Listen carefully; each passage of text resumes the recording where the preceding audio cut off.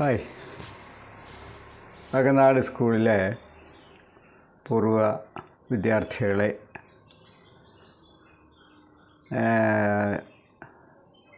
നമ്മുടെ സ്കൂളിൻ്റെ സുവർണ ജൂബിലിയുടെ കാര്യം ഏതാനും മാസങ്ങൾക്ക് മുമ്പ് തന്നെ എൻ്റെ പൂർവ്വ വിദ്യാർത്ഥികൾ സൂചിപ്പിച്ചിരുന്നു. പല കാര്യങ്ങളും പറഞ്ഞു. പക്ഷേ പറയുന്നതിനിടയിൽ എല്ലാവരും ചോദിക്കുന്ന ഒരു ചോദ്യമുണ്ട്. കൃഷ്ണൻകുട്ടി സാറ്, ഞാനിപ്പോൾ വലിയ വയസ്സനായെങ്കിലും അകനാട്ടുകാരുടെ കൃഷ്ണൻകുട്ടി സാറാ. ഇപ്പം എന്താണെന്ന് ചോദിച്ചു കഴിഞ്ഞാൽ വിശേഷങ്ങൾ ഇങ്ങോട്ട് ചോദിക്കുക. അതായത് സാർ ഇപ്പോഴും പടം വരയ്ക്കാറില്ലേ? സാമൂഹികപാഠവും മലയാളവും കണക്കും സയൻസും ഒക്കെ പഠിപ്പിക്കാൻ വന്ന്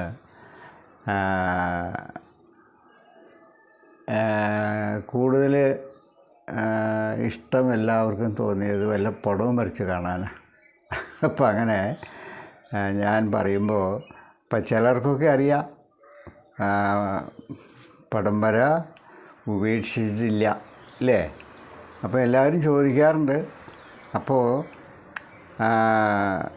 ഈ സുവർണ ജൂബിലി ആഘോഷത്തോടനുബന്ധിച്ചൊക്കെ ഈ പടം വരയുമായിട്ട് എന്തെങ്കിലുമൊക്കെ തരികിടകൾ ഒപ്പിക്കണം എന്നൊക്കെ വിചാരിച്ചിരുന്നു. ഇനി കൂടുതൽ ദീർഘിപ്പിക്കുന്നില്ല.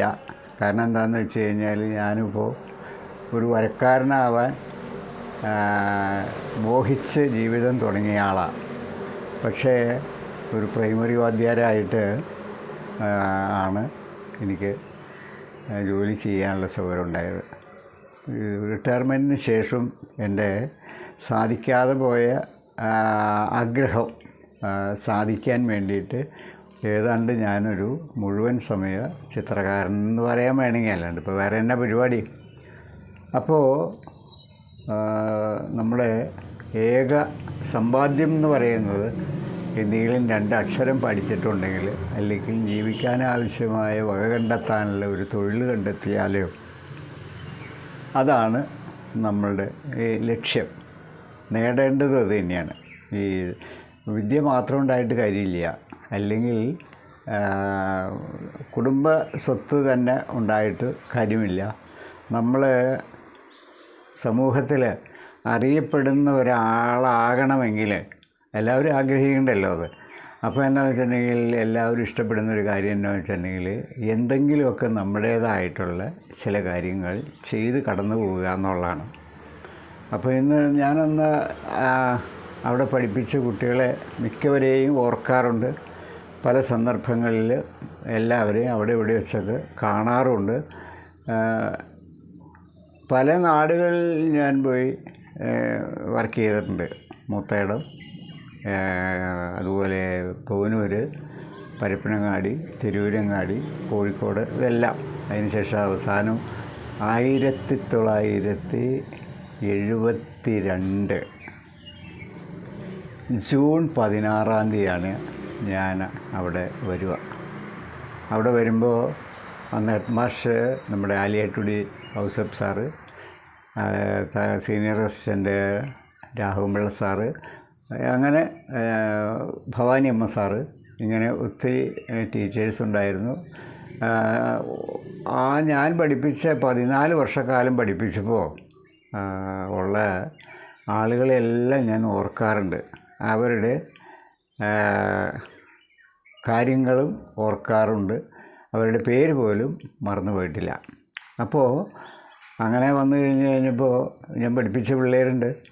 അന്ന് 20 വയസ്സുകാരൻ, അല്ലെങ്കിൽ മാക്സിമം 22-24 വയസ്സ് ഉള്ളവൻ പഠിപ്പിക്കാൻ വന്നപ്പോൾ പഠിപ്പിക്കാൻ കിട്ടിയത് 10-18 വയസ്സുള്ള കുട്ടികളെയാണ്.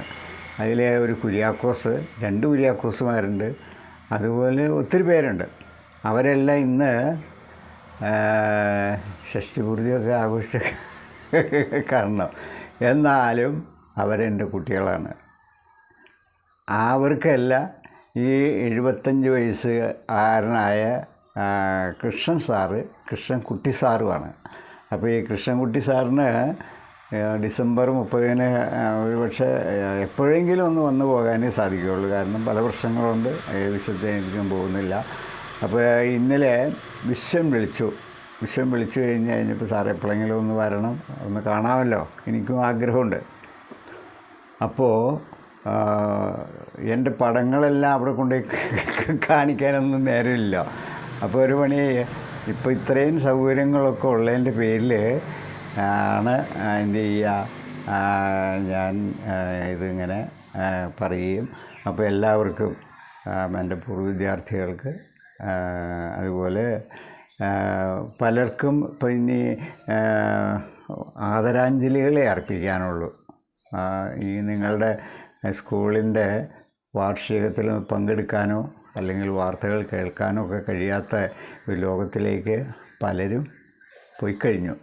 അപ്പോൾ അവർക്കെല്ലാം നമുക്ക് ആയുരാരോഗ്യമല്ലല്ലോ ഇനി, അവർ ചെയ്ത നല്ല പ്രവൃത്തികളെ വിദ്യാധനം മഹാധനാൽ പ്രധാനം എന്നൊക്കെ പറയാം.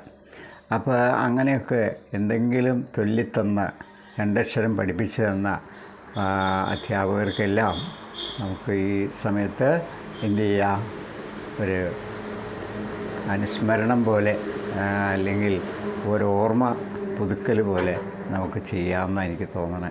അപ്പോൾ അത് ഇങ്ങനെയൊക്കെ പോട്ടെ.